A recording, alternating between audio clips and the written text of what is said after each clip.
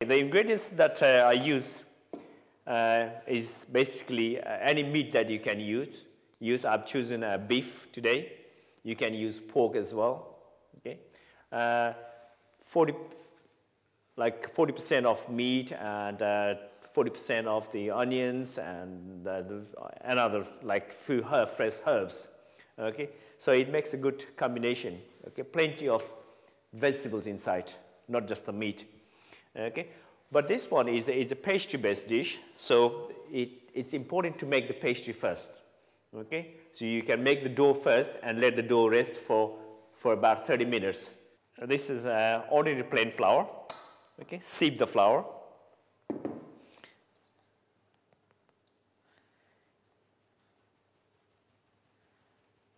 Just make a base first. Make a base, add the cold water. As you shake it, the flour starts to absorb the moisture. Okay, and you can use a finger. Just one finger is easy this way, rather than messing up all your fingers. Just you can mess up only one finger. And put more water in the center. The consistency of the dough should be not the soft one, okay, a little bit firm. Now use all your finger. You don't want the dough too soft, okay? So when you're kneading the dough, if you think the consistency of the dough is too soft, you can add a little bit more flour and keep kneading until you find your dough is nice and firm.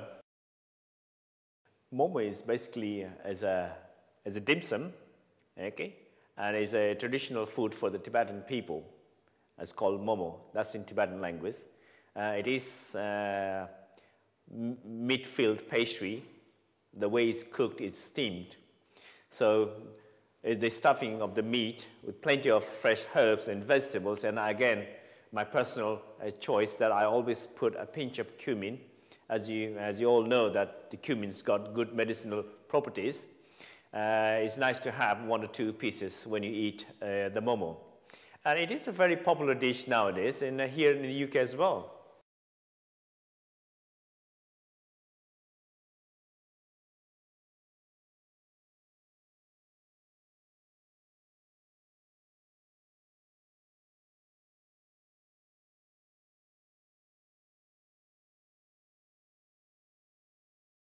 You can be quite rough with it. Okay, okay, that's done. Okay, this is how you check it. As you can see, this keep tearing this one, so that means it needs a little bit more kneading. Okay, until your dough gets nice and smooth all over. Like that, yeah, okay, that's done. That's ready, so just let it rest for about 30 minutes, okay? In the meantime, you can prepare your filling. When you're using mincemeat, you have to have the onions or finely chopped vegetables. It starts to break up the lumps. It helps to break up the lump. And when you're cooking, the heat penetrates and helps to cook the meat. And because of the onion, it releases some kind of moisture. And from the meat and the onion and the herbs, it gives a nice, juicy, meaty flavor. Chop the onion.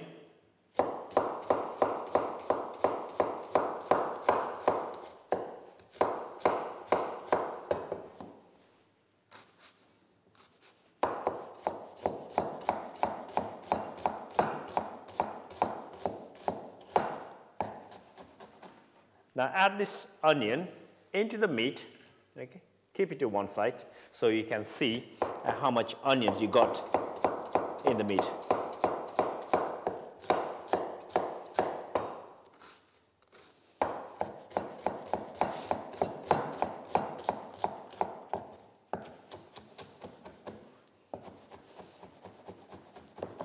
Okay, there you go.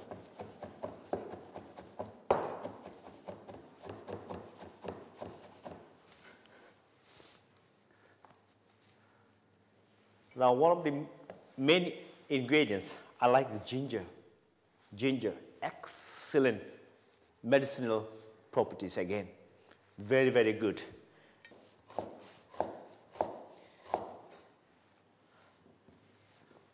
Not too much, but ginger, you got to either crush it down and use just the juice.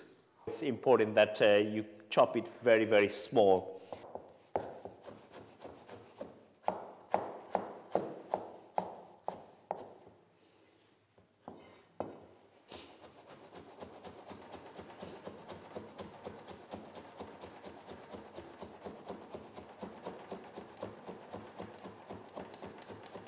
So what I've done here is I've finely chopped the ginger and add it with the onion.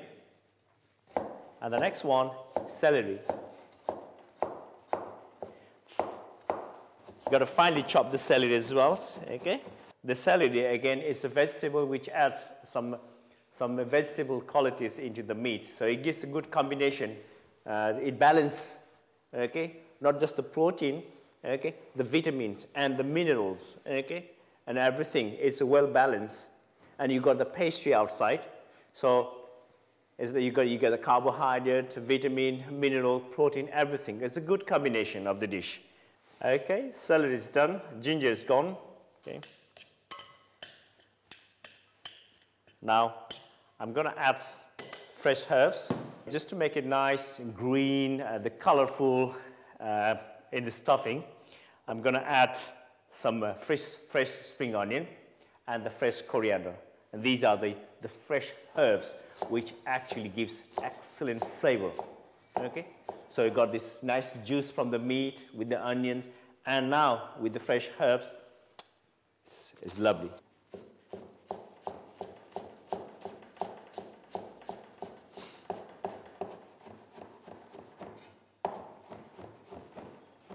Okay, that's enough now. Plenty of green herbs.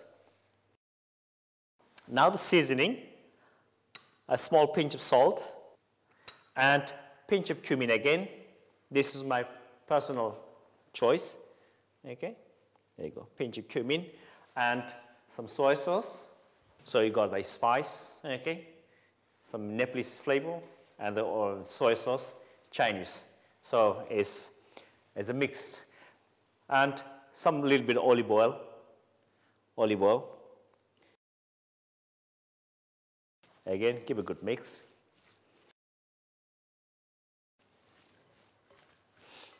Just a little bit of meat. You have the onion, ginger, celery, fresh herbs, touch of cumin seed, olive oil, soy sauce, and pinch of salt. Everything is fresh.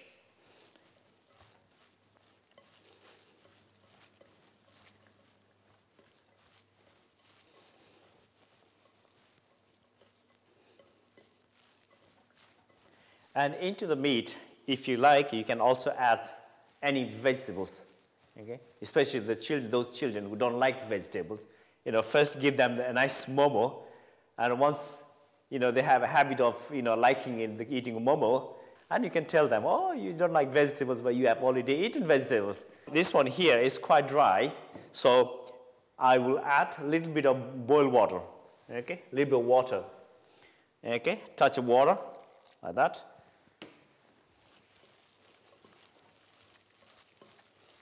The momo is actually cooked, and you have this first bite because of that water, yeah, and then all the flavor from the herbs.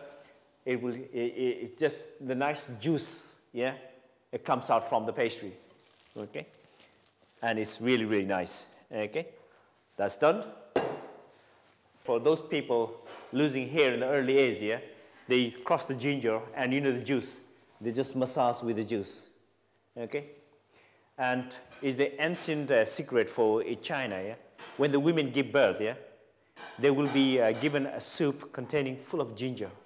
It helps to remove all the waste. You don't see any Chinese women like that, yeah? See, that's the secret, because the ginger, it helps to remove all the waste. So after, after a week later, the women, yeah, very fit, yeah? Yeah, very fit, yeah. That's all ginger. As you can see, it's a nice colorful. It has got this nice, the onions, the meat, and the herbs.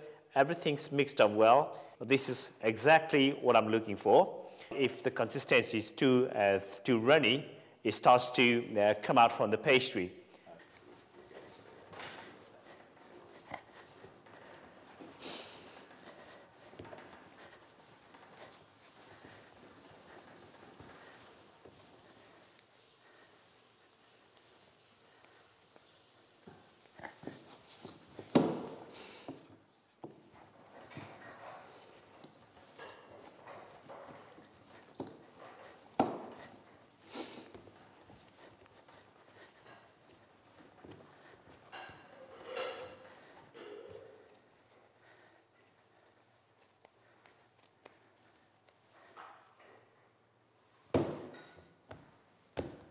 Still be soggy.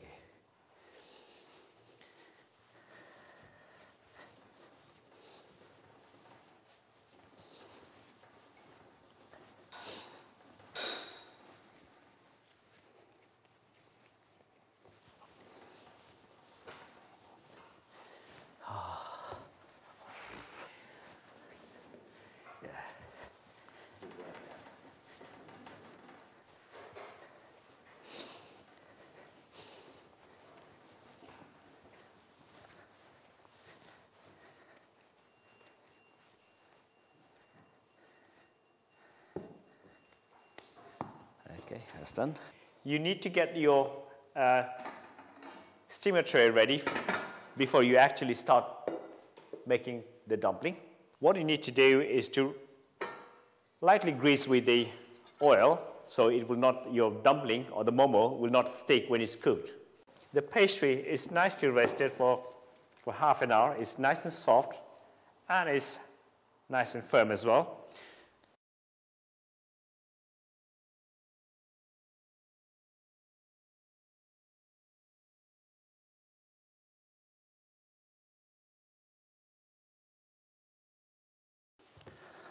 Okay, you need to dust with a little bit of flour. Now what you do is just roll it slightly to a circular, okay, round one. That's it. Yeah, simple that.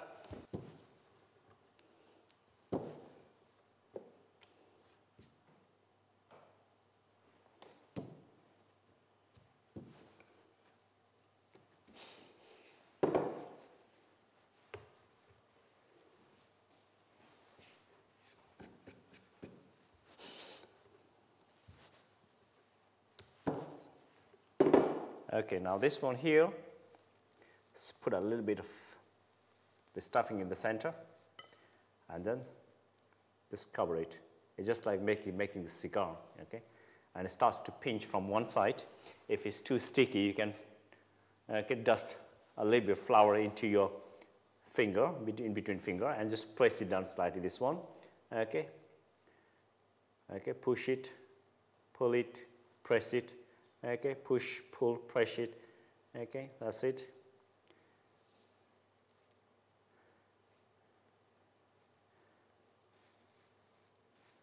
Okay, and just finish it off with the edges, the tip of this by pressing it down slightly, okay, like that. That's the dumpling, so that's it. Another one.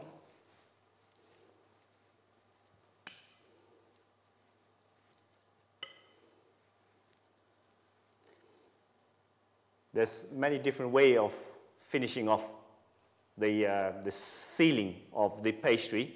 If you don't know how to put the pattern, all you do is just press it like that, okay? That's it. Keep pressing it. Make sure it's nicely sealed, otherwise it starts to, the juice starts to come out, when you're cooking. And on the board, slightly shape it, just like that. Look at that. That's done. First you need to press it like that and just push this one and again press it. So it gives kind of like a small nice pattern, okay? And then slowly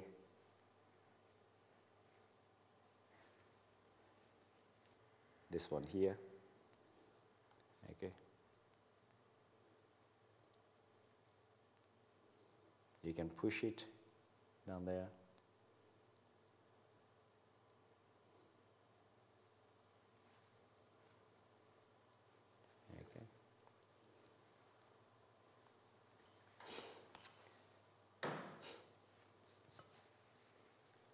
Okay. First, press it here.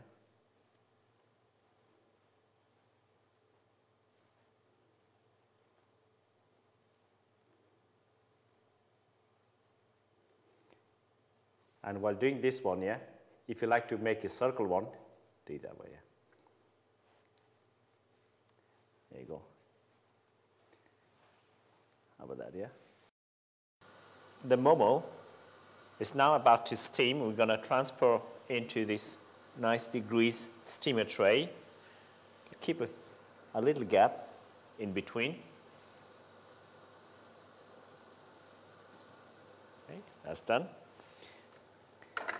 Now the water has come to the boil, so this steamer tray goes into the boiling water, and we're going to steam this one for about 15 to 18 minutes. After 15 minutes, you can take the lid off from the steamer and let the steam to settle down, yeah? And you can see the pastry.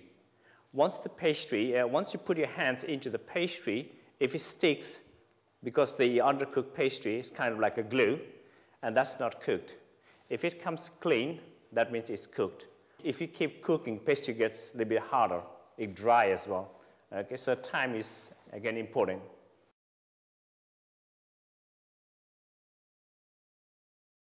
Okay, just to accompany the momo, I'm going to make a nice and hot tomato chutney using fresh ingredients.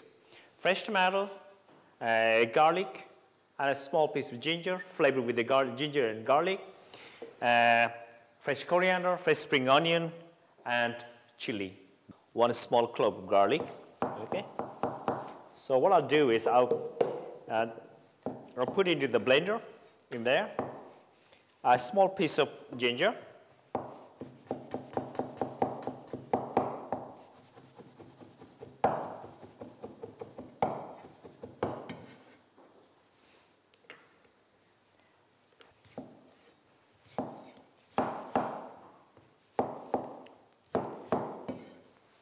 Okay, fresh coriander. Again, roughly chop this one. All the flavor in the coriander is in the stock. Okay, so the stock, you can use that stock into curry or when you're making chutney. Okay, but don't just throw it. Flavor is in the stock. Okay? And a small spring onion as well.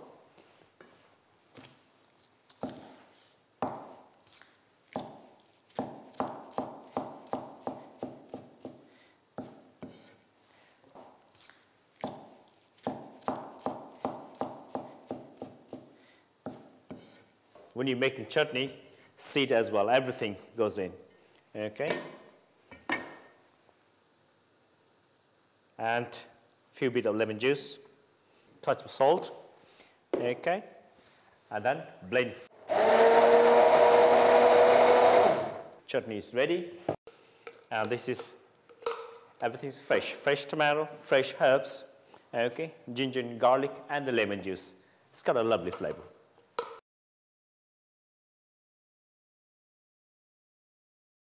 It's nicely cooked. Okay, perfect. The momo is cooked, nicely cooked. The pastries you can see, okay, and we've got the freshly blended chutney. Okay, it's everything fresh: tomatoes, fresh coriander, spring onion, ginger, garlic, touch of lemon juice, and the seasoning. And it's good combination to eat with the momo. That's very good.